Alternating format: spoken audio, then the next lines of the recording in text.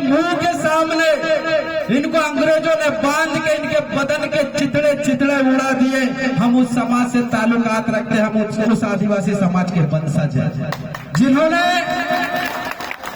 अंग्रेजों के सामने, न मुगलों के सामने, न वैदिक काल में, न किसी और के सामने, पर आजाद भारत में मौजूदा सरकार ने पॉलिसी बनाकर हमारे आदिवासी समाज की दुर्दशा बदतर कर दी और हमारे समाज के विधायक, मंत्री, सांसद, राज्यपाल, राष्ट्रपति होने के बावजूद भी समाज के विकास के बारे में सोचने के बजाय अपने विकास के बारे में सोच रहा है। साथियों, आज समाज का होना, समाज के साथ खड़ा होना दोनों अलग अलग बात है। बहुत लोग समाज के हैं लेकिन समाज के साथ नहीं है। अब समय आ गया है समाज को संगठित करने का। हमें वही गौरवशाली इतिहास को वापस लाने का काम करना होगा जिस तरीके से हमारे समाज के महापुरुष क्रांतिकारी वीरांगनाओं ने अंग्रेजों और मुगलों से लोहा लेने का काम किया था। आज वही वैसे ही आजाद भारत में काले अंग्रेजों से हमें लोहा लेने का समय आ चुका है। साथियों, इस देश को देश बनाने के लिए 565 रियासतों में से 258 रियासतों हम आदिवासी समाज की जोड़ी गई। इसके बावजूद भी इस देश की मौजूदा सरकार ने हमने बड़ी बड़ी फैक्ट्री, बड़े बड़े कंपनियां बनाने के लिए जमीन आदिवासियों ने दिया, बांध बनाने के लिए जमीन आदिवासियों ने दिया, पार्क बनाने के लिए जमीन आदिवासियों ने दिया, विद्यालय विश्वविद्यालय बनाने के लिए जमीन आदिवासियों ने दिया, सड़क बनाने के लिए जमीन आदिवासियों ने दिया। लेकिन बदले में मौजूदा सरकार ने आपको क्या दिया? गरीबी, भुखमरी, अन्याय, अत्याचार, शोषण, बलात्कार, ये हमारे समाज को देने का काम किया।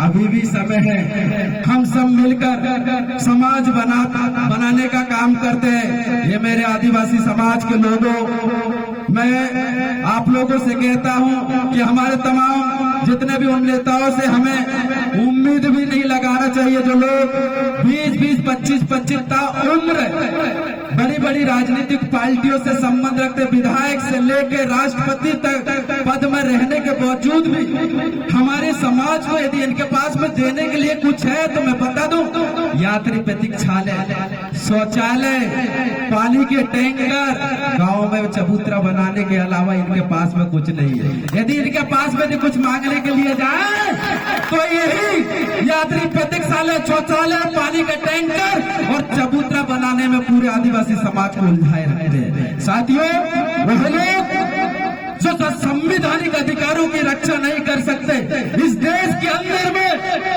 5वीं अनुसूची का प्रावधान को सही तरीके से लागू तक नहीं कर पा रहे, हमारे समाज के विधायक, मंत्री, सांसद, राज्यपाल, राष्ट्रपति महोदय होने के बावजूद भी हमारे आदिवासी समाज के साथ में जो दुर्दशा हो रही है, दुर्दशा पे छू तक नहीं बोलते। सम्मानीय हमारी बहन जी से मैं कहना चाहूंगा, वर्तमान में, पूर्व में, आप बुरा मत मानना, छत्तीसगढ़ में आप पूर्व में राज्यपाल रहे, वहां के आदिवासी समाज की मांग थी कि 36% उनको आरक्षण मिले और आपके पटल में छत्तीसगढ़ के आदिवासियों का आरक्षण आपके पटल में रखा हुआ था। अब जाने ही वाले 2-3 दिन बाद मणिपुर जाते जाते हमारे छत्तीसगढ़ के आदिवासियों को खुश करके चले जाते, उनका कल्याण करके चले जाते, आरक्षण देके चले जाना था आपको, चाहिए तो है। ठीक उसी प्रकार इस देश के अंदर में राष्ट्रपति भी हमारे आदिवासी समाज के, राष्ट्रपति भी आदिवासी समाज के। हमारी आदिवासी समाज की मातृभाषा गोंडी, जो भाषा हम बोलते, उस भाषा को भारतीय संविधान की 8वीं अनुसूची में रखने का इनका पूरा अधिकार है। जो लड़ाई हमारे महापुरुषों ने लड़ी, जिसके बदौलत इस देश में पीली क्रांति आई।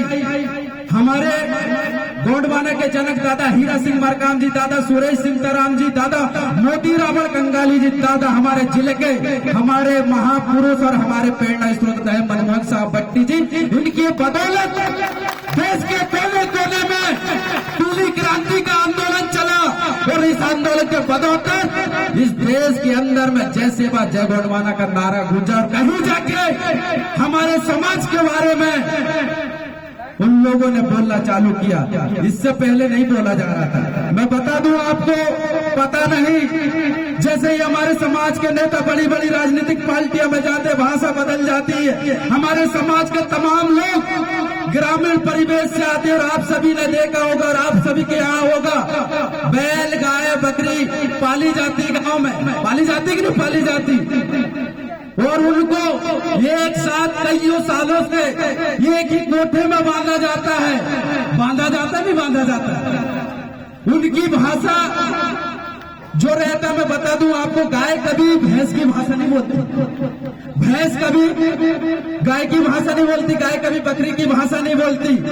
फिर हमारे समाज के तमाम नेता, फिर अपने समाज के होने के बावजूद भी जिन्होंने जिस समाज में आपने जन्म लिया, जिस समाज ने आपको जन्म दिया, जिस समाज आपको मरने के बाद कंधा देगा, उस समाज के लोगों को, समाज की बोली भाषा, उस समाज के रीति रिवाज, उस समाज के तमाम संसाधन जो लूटे जा रहे हैं और तमाम संवैधानिक अधिकार छीने जा रहे हैं, उस विषय पे आप क्यों नहीं बोल रहे हो? इसी आशा और उम्मीद के साथ हम आप लोगों से कहना चाहेंगे, समय कम है, बार बार बोला जा रहा है, बोलना और कुछ था हमें। साथियों, मैं कह रहा हूं आपको कि हम किसी का विरोध नहीं कर रहे मैडम। यहाँ पे जो आंदोलन इस देश के अंदर में आपको यहाँ से लेकर वहां तक देखोगे और पूरे देश के कोने कोने में जाके देखोगे, पूरा आदिवासी समाज की जो हालात है इस देश के अंदर में, वो किसी समाज की नहीं है। मैं आपका विरोध नहीं कर रहा हूं, नहीं, बाद में तो हम बोल ही नहीं पाएंगे क्योंकि हमारे और भी साथी बोल देंगे बाकी बात। तो मैं माफी चाहूंगा साथी, मेरे जो बात है वो भाई देवरावन भलावी और शिवरावन तिरकाम जैसे हमारे क्रांतिकारी योद्धा करेंगे, जो पुनः जोरदार तरीके से नारे लगाएंगे, सजोर पेंता गोंडवाना साम्राज्य की विरागना रानी दुर्गा।